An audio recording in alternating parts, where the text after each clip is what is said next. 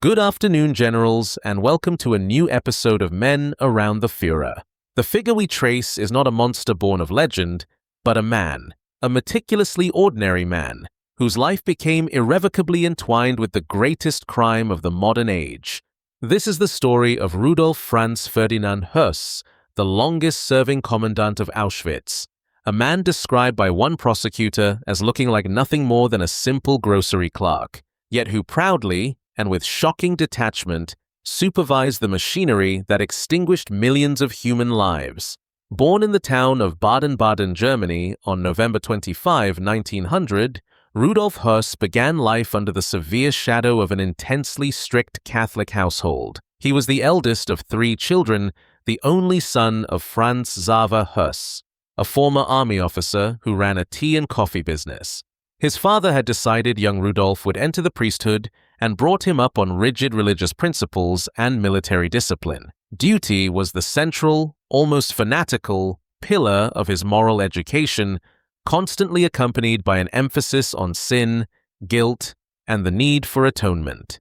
Höss was a lonely child, lacking companions his own age, associating mostly with adults, and finding solace only in the solitude of the woods and among animals, especially horses. This isolated upbringing would prove formative, leading him to become withdrawn and unable to express himself to others.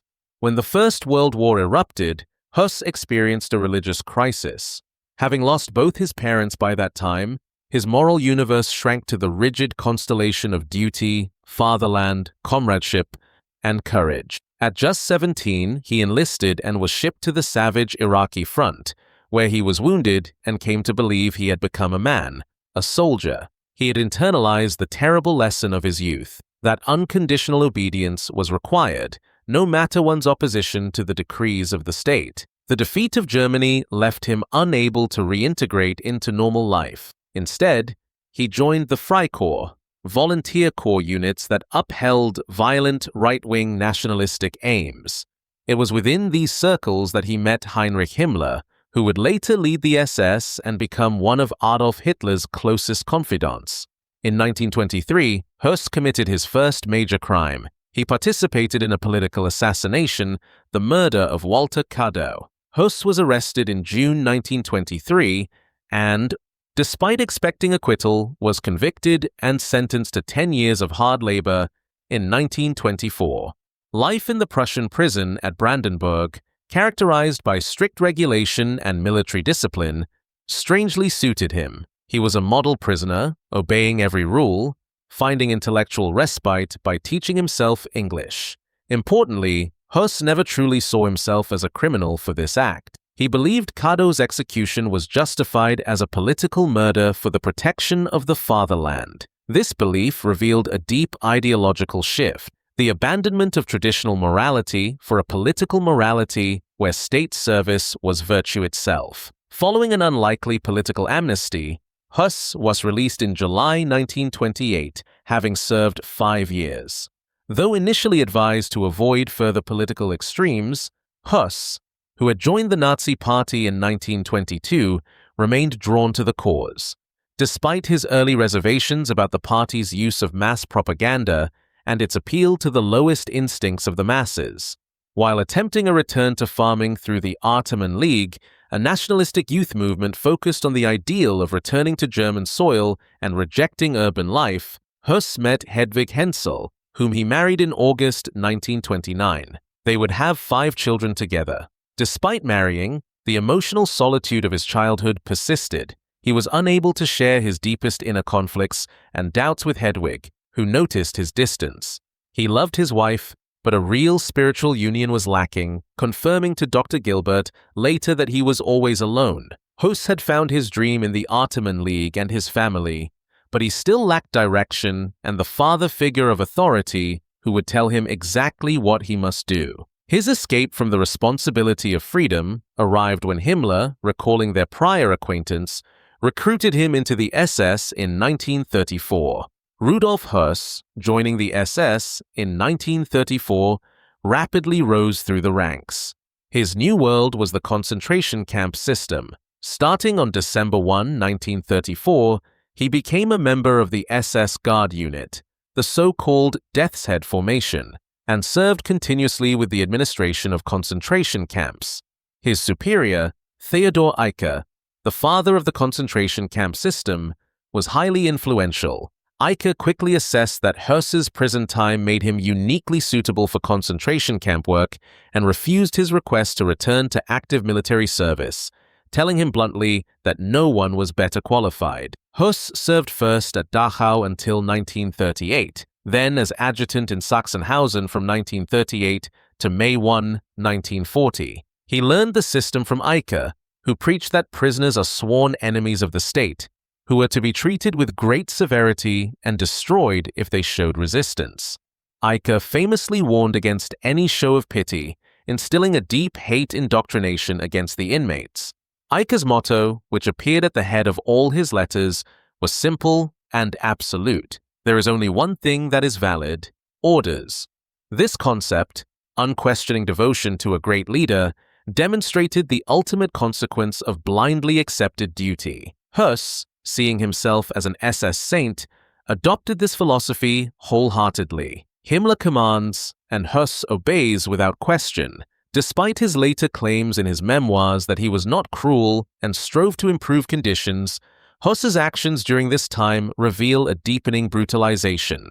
At Sachsenhausen, on January 18, 1940, Höss ordered a needlessly prolonged roll call in freezing weather, resulting in the deaths of over 150 prisoners. His justification then was revealing: those are not people, they are inmates. His reputation for violence was so known that it was suspected he had ordered the execution of a prisoner simply because the inmate had witnessed Höss suffer a fainting spell, a shameful display of weakness for an SS officer. On May 1, 1940, Rudolf Höss was appointed commandant of Auschwitz, a new camp established in western Poland near the town of Oswiecim. The site was initially a complex of old Polish army barracks built on swampy ground. Höss was ordered simply to create a transition camp for 10,000 prisoners, but he was determined to do things differently and develop a more efficient operation than those at Dachau and Sachsenhausen. Auschwitz quickly began to grow into a sprawling complex. Höss lived with his wife, Hedwig, and their 5 children in a villa right next to the concentration camp. This proximity was the very definition of a zone of interest, where the family lived an idyllic life, tending their garden and taking the children swimming and fishing, while just beyond the garden wall, the screams, gunshots, and the sounds of trains and furnaces were often audible. Indeed, Höss himself walked through a tunnel every day to oversee the systematic killings within the camp. Hedwig reportedly called Auschwitz paradise. The core, monstrous purpose of Auschwitz was revealed to Höss in the summer of 1941. He was suddenly summoned to Berlin to meet the leader of the SS, Himmler, in a private meeting where the adjutant was absent. Himmler informed him that the leader, Adolf Hitler, had given the order for the final solution of the Jewish question, and the SS was charged with implementing it. Himmler told Höss that existing extermination sites in the East were incapable of carrying out the intended mass operations, and Auschwitz had been chosen for this purpose due to its advantageous rail access and the extensive site providing ease of isolation and disguise. He described the project as a secret Reich matter and swore Höss to the strictest silence, forbidding him from speaking about it even with high-ranking SS officials. The rationale provided was absolute and terrifying. The Jews are the eternal enemies of the German people and must be exterminated. All the Jews within our reach must be annihilated during this war. If we do not succeed in destroying the biological foundation of Jewry now, then one day the Jews will destroy the German people. Höss was ordered to receive operational details from Major Adolf Eichmann of the Reich Security Headquarters, who would soon visit the camp. Höss accepted this command not with moral protest, but with pragmatic, bureaucratic determination. As an old fanatic National Socialist, he took Himmler's words as fact. Just as a Catholic accepts church dogma, he had no doubt. Eichmann visited Auschwitz about 4 weeks later. Höss and Eichmann, who was described by Höss as lively, busy, and obsessed with the Jewish question and the final solution, discussed the details. Eichmann was convinced that success in destroying the biological basis of Jewry would prevent the assimilated Jews of the West, including America, from recovering from the blow, thus ensuring no future generations of Jews. Eichmann also opposed selecting able-bodied Jews for work, fearing mass escapes or complications to the extermination plans.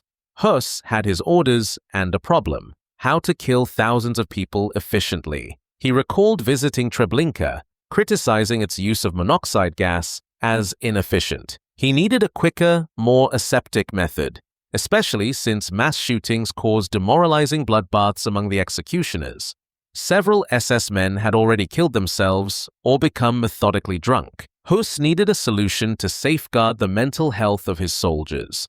The brilliant idea, as one commentator described it, was introducing the pesticide Zyklon B, crystallized prussic acid, a poison used for rats and cockroaches.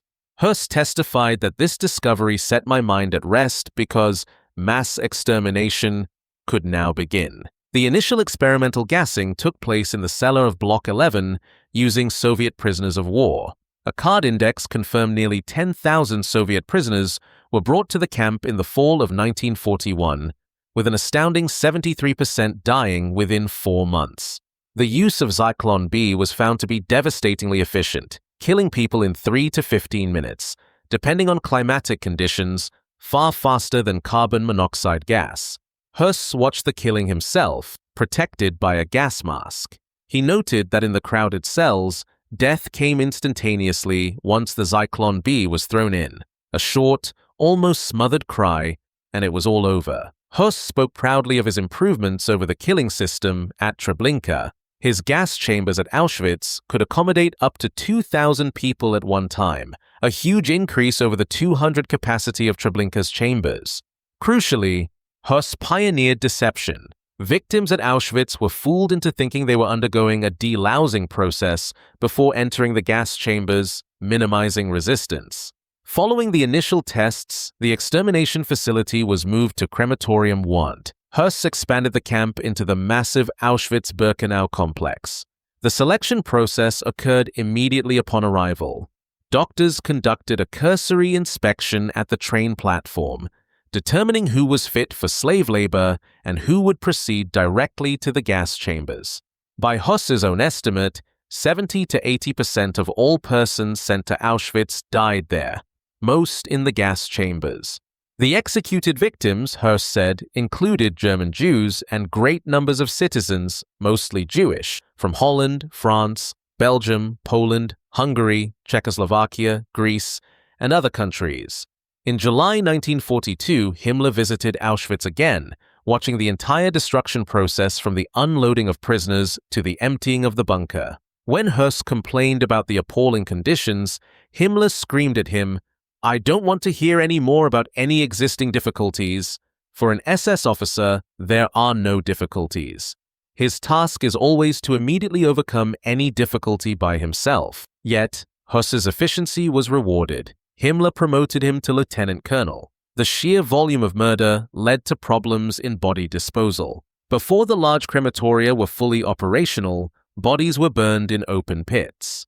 Höss was subsequently tasked with Operation 1005, finding and destroying all mass graves in the eastern districts, an order intended to dispose of the ashes in such a way that the number of corpses burned could never be calculated. However, the stench of burning flesh carried for miles, causing the surrounding communities to talk about the burning of Jews, despite official counter-propaganda. Höss later claimed that the population surrounding Auschwitz was aware of the killings. Höss's tenure as commandant lasted until December 1, 1943. He was then transferred to the Economic Administration main office near Berlin to oversee concentration camps. However, he returned briefly in 1944 for a crucial assignment. In the summer of 1944, Höss oversaw the extermination of approximately 400,000 Hungarian Jews, an operation sometimes referred to as Aktion Höss. Höss reinstated his proven assistants, including Otto Moll, director of all crematoria, and fully repaired and equipped the machinery of death, allowing up to 10,000 people to be exterminated in a single 24-hour period. Despite his later insistence that he was neither a sadist nor cruel, Höss fostered an environment of unrelenting terror. He refused to alleviate the disastrous, inhuman living conditions which slowly destroyed inmates both physically and mentally, including inadequate food, primitive sanitation, and lack of medical care. He admitted that these conditions reduced human beings to a bare animal state, what he called Muskelmänner, living skeletons. Yet, he maintained his detachment, repeating to himself the mantra, "Those are not people, they are inmates." The brutality under Höss was constant, persistent, and often lethal, exercised by SS guards and prisoner functionaries, kapos. He set the example of severe discipline, and SS men operated Auschwitz in a cruel manner that exceeded even Eicher's training. Survivors recalled Höss watching beatings and hangings as if he were watching a movie, but with no reaction showing in his face. Höss tried repeatedly in his memoirs to distance himself from this barbarism, claiming he was powerless to stop his subordinates like Karl Fritsch and Gerhard Palitsch. But SS regulations required the commandant to ensure inmates were treated justly and to report mistreatments. As the commandant, he possessed the power of life and death over hundreds of thousands of human beings and brutally wielded that power without conscience. The concentration camp system also generated immense wealth through the plunder of victims' possessions. Upon arrival, victims were stripped of all they had, including valuables and gold teeth. This wealth, hard currency, diamonds, watches, clothing, and gold extracted from teeth, was sorted by prisoner work parties, with valuables sent to the central office in Berlin. Höss and his family benefited directly from this plunder. An inventory of the possessions of Eleanor Hodis, a political prisoner of Aryan descent who worked in Höss's villa, later revealed a gold ring made from the teeth of Jewish prisoners, engraved with Höss's initials, as well as uniforms and gloves with his initials. The story of Hodis reveals a profound moral contradiction within Höss. Hodis was a Catholic physician, initially convicted for fraud, who was sent to Auschwitz in one of the first transports of 1942. As a political prisoner, she was put to work inside the commandant's villa. Höss quickly granted her additional privileges and attempted to start an affair in May 1942. Eventually, she became pregnant by him. To avoid scandal, Höss sent her to be starved in a standing prison cell with orders to gas her if necessary to avoid discovery. She was ultimately forced to have an abortion in the camp hospital instead of being executed. This incident was used at the Nuremberg trials to disprove Höss's claims of being a normal and moral family man. His denial extended even to his most intimate relationships. In his memoirs, Höss consciously lied about his wife's knowledge of the mass killings to protect her. However, the psychologist Dr. Gilbert reported Höss admitting that Hedwig had overheard comments about the gassings and questioned him about it. After that conversation, Höss told Gilbert they rarely had intercourse, and an estrangement developed. Höss consistently claimed to feel deeply affected or tormented by secret doubts about the mass murder, especially the killing of children. Adolf Eichmann had to assure him that killing children was for the greater good. Höss said that one woman, walking into the gas chamber, pointed to her 4 children and whispered, "How can you bring yourself to kill such beautiful, darling children? Have you no heart at all?" He recounted that when watching gassings, he had to make a tremendous effort to hide his inner doubts and depression, believing he was not allowed to show the slightest emotion for fear of being viewed as weak. This claim of inner turmoil was highly dubious to those who analyzed him. Höss described the gruesome process, watching the bodies burn, the removal of teeth and hair, as a simple matter of fact. He stated that the iron determination required to carry out Hitler's orders could only be obtained by a stifling of all human emotions. Primo Levi, the survivor who wrote the introduction to Höss's autobiography, noted that his statement that his stone mask concealed an aching heart was not only indecent but also a childish lie. As the war turned disastrously against Germany, Himmler ordered Höss to destroy evidence of the genocide. In November 1944, Höss was informed that all exterminations must cease immediately, and Himmler ordered the gas chambers and crematoria at Auschwitz to be demolished. Höss himself was ordered to destroy all documents relating to the number of victims murdered.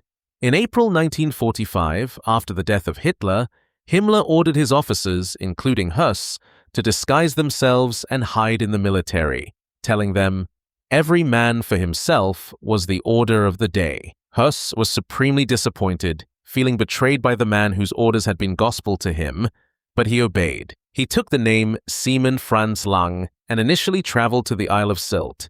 Höss evaded capture for nearly a year. On March 11, 1946, he was captured by British authorities in northern Germany, apprehended by Lieutenant Hans Alexander, a German Jew who had fled to England and become a Nazi hunter. Höss initially denied his identity. During the first interrogation, he was roughly handled, given liquor, and beaten with a whip, which, ironically, was his own, mistaken by his interrogators as one he had used on prisoners. Höss complained of suffering frostbite in his cold cell. Under duress, Höss signed an 8-page statement admitting to mass murder. He later stated he did not know what was in the transcript because of the abuse. However, Höss quickly became known for his cooperation. He was taken to Nuremberg in April 1946 to testify as a defense witness for Ernst Kaltenbrunner, the former head of Reich main security. Höss's presence and testimony stunned the International Military Tribunal. He confirmed that Hitler had ordered the extermination of all Jews in the final solution. He testified apathetically and in a matter-of-fact tone, like a drab functionary, showing no emotion. He recounted that he had commanded Auschwitz until December 1, 1943, and estimated that 3 million persons perished there, 2.5 million executed and exterminated by gassing and burning, and at least another 500,000 succumbing to starvation and disease. He affirmed that 70 to 80% of all persons sent to Auschwitz were killed. When questioned about his methods, Höss reiterated his pride in his technical improvements using Zyklon B. Prosecutor Whitney R. Harris later called Höss's testimony and affidavit, dated April 5, 1946, the most significant document introduced at Nuremberg, serving as indisputable proof of the Holocaust.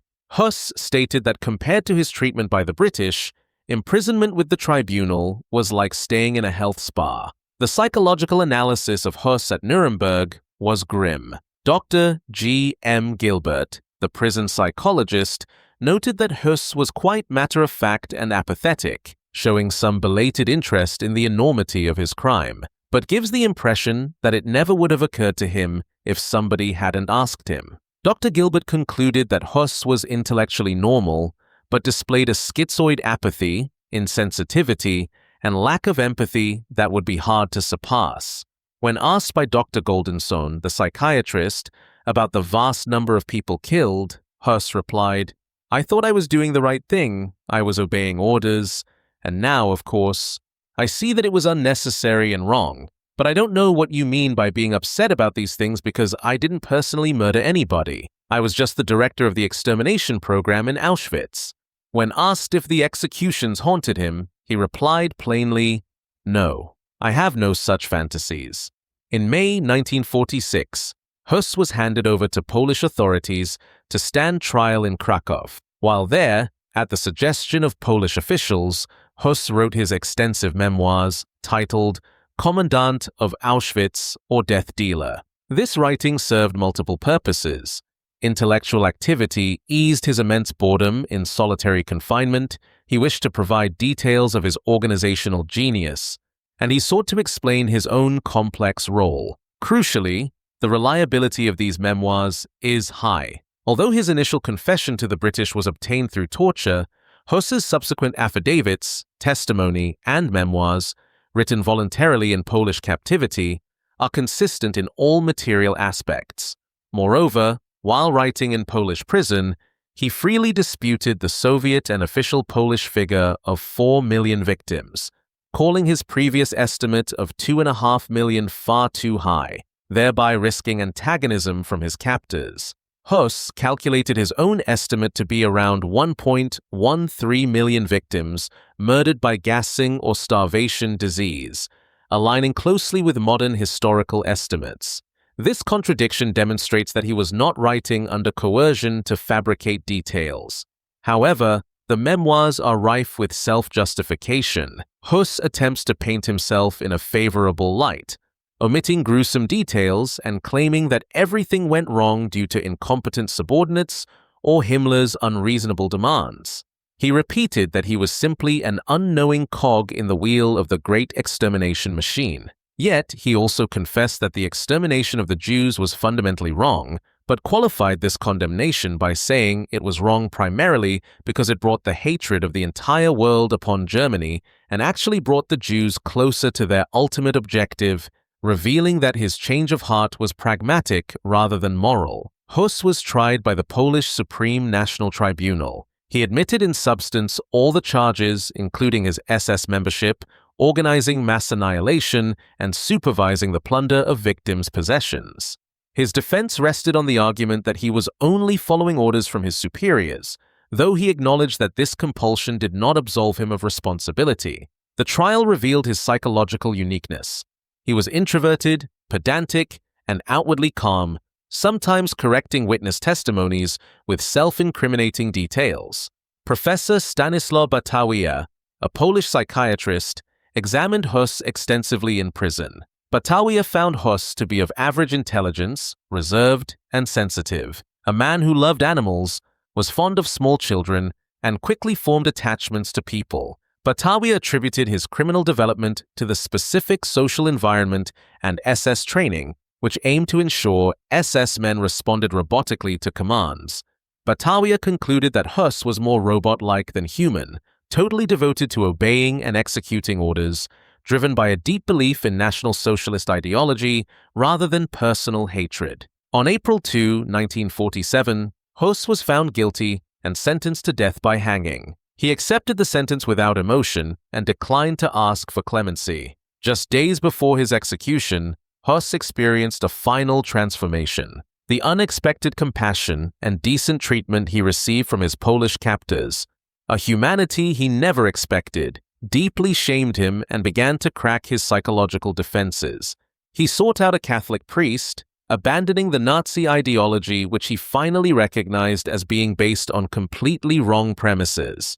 On April 12, 1947, 4 days before his death, Höss wrote a final declaration to the public prosecutor. "My conscience compels me to make the following declaration. In the solitude of my prison cell, I have come to the bitter recognition that I have sinned gravely against humanity. As commandant of Auschwitz, I was responsible for carrying out part of the cruel plans of the Third Reich for human destruction. In so doing, I have inflicted terrible wounds on humanity. I caused unspeakable suffering for the Polish people in particular. I ask the Polish people for forgiveness."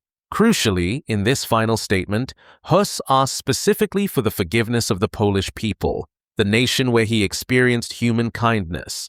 But he never brought himself to apologize for killing the Jews, the main victims of the annihilation machine he created. Even at the threshold of death, his ingrained political morality held sway. He could not see the wrong in the final solution. Höss also wrote final, heartfelt letters to his wife and children. He told his wife, "Without realizing it, I had become a cog in the terrible German extermination machine." To his eldest son, Klaus, he imparted a final, profound lesson. Think for yourself, be critical, and doubt. He warned his son against blind faith and urged him to listen to the voice in your heart, the very capacity Höss himself had suppressed. On April 16, 1947, at the request of former prisoners, Rudolf Höss was executed on the grounds of Auschwitz-Birkenau near Crematorium Werndt and within sight of the villa where his family had lived. He was given a cup of coffee and the presence of a priest.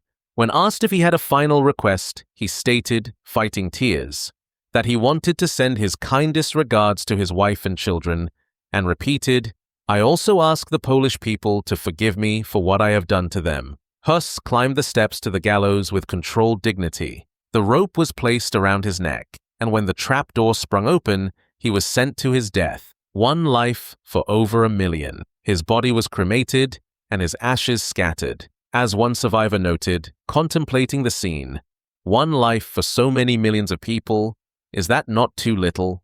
The story of Rudolf Höss serves not as a comforting tale of a unique monster, but as an appalling insight into the capacity for bureaucratic evil in an ordinary man. He was a man who needed rigid structure and authority, seeking an escape from freedom in the unquestioning obedience demanded by Himmler and Hitler.